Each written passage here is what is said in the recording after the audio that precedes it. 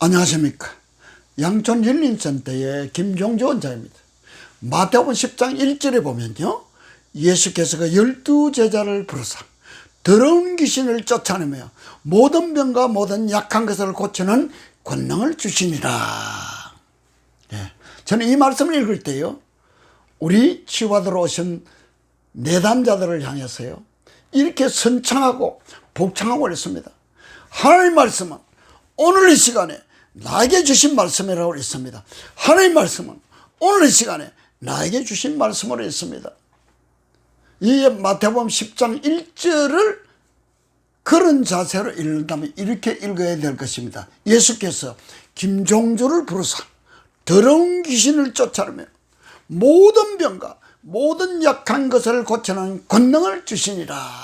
그래 읽고요, 이 권능을 회복하는 것이 치유사역입니다 라고 강조를 합니다. 시청자 여러분, 양촌 힐링센터에서 하고 있는 이런 치유사역을 경험해 보셨습니까? 경험해 보지 못했다면 꼭 한번 초청합니다. 오시기 바랍니다. 한국교회는 신자들에게 영적인 문제에 대해서 해답을 주지 못하고 있다라는 대답이요, 81.5%입니다. 10명 중에 2명 정도만이 영적인 문제의 답을 교회로부터, 목회자들로부터 얻고 있고요, 10명 중에 8명은 교회로부터 답을 얻지 못하고 있다고 우리 기독교 미래학자 최윤식 박사가 한국교회의 미래지도라는 책에서 데이터를 뽑아내 놨습니다. 어떤 것을 도움받지 못할까요? 우리 교인들, 신자들이 교회에서, 목회자들에게 교회에서 도움받지 못한 부분이 어떤 것일까요? 저는 첫 번째 부부 문제라 생각합니다. 부부 문제. 부부가 하나 되지 못하고 이렇게 싸우고 갈등하며 살아가는 문제를 정확한 해답을 교회에서 주지 못하고 있습니다. 두 번째는 가정 자녀의 문제입니다. 자녀들의 탈선, 힘으로도 능으로도요, 돈으로도 해결 안 됩니다. 뭐 때문에 자녀들이 탈선합니까? 특별히 지금은요, 매스컴과 컴퓨터, 반도체 발달로 통해 가지고요, 컴퓨터와 인터넷과 스마트폰 가지고 일어나는 문제들 때문에 우리 청소년들이 탈선합니다. 탈선하는데요, 막을 길이 있습니까? 사는 시청 여러분, 내 아들, 딸들이 가지고 있는 스마트폰 아버지가 압수할 수 있습니까? 빼앗을 수 있습니까? 못 빼앗습니다. 거의 못 빼앗습니다.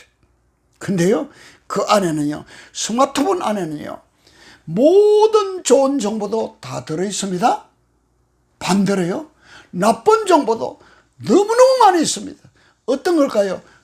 첫 번째 게임입니다. 좋은 게임일까요? 아닙니다. 폭력 게임, 전쟁 게임입니다. 살인적인 게임입니다. 게임으로 끝날까요? 아닙니다.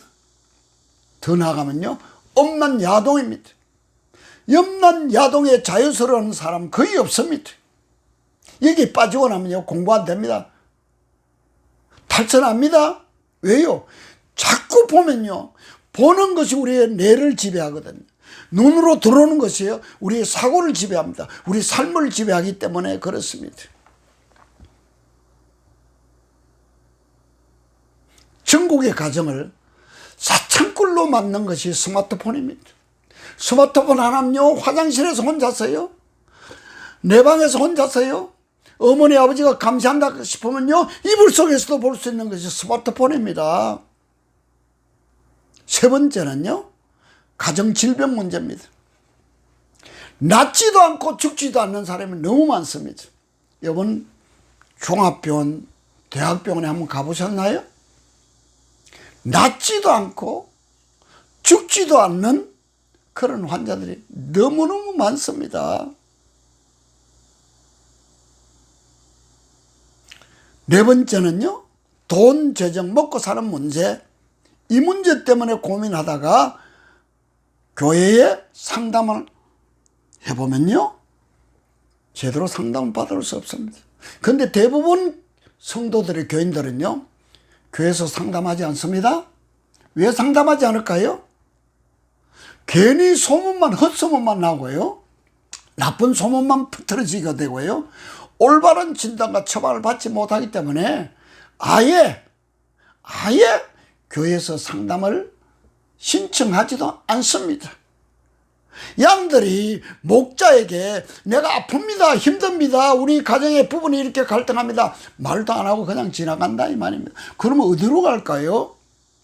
세상적인 학문의 바탕을 둔, 인문과학적인 것에 바탕을 둔 심리 상담적인 상담소를 찾아갑니다. 그것까지 굉장히 점잖하고 좋습니다. 그러나 거기서 끝나지 않습니다.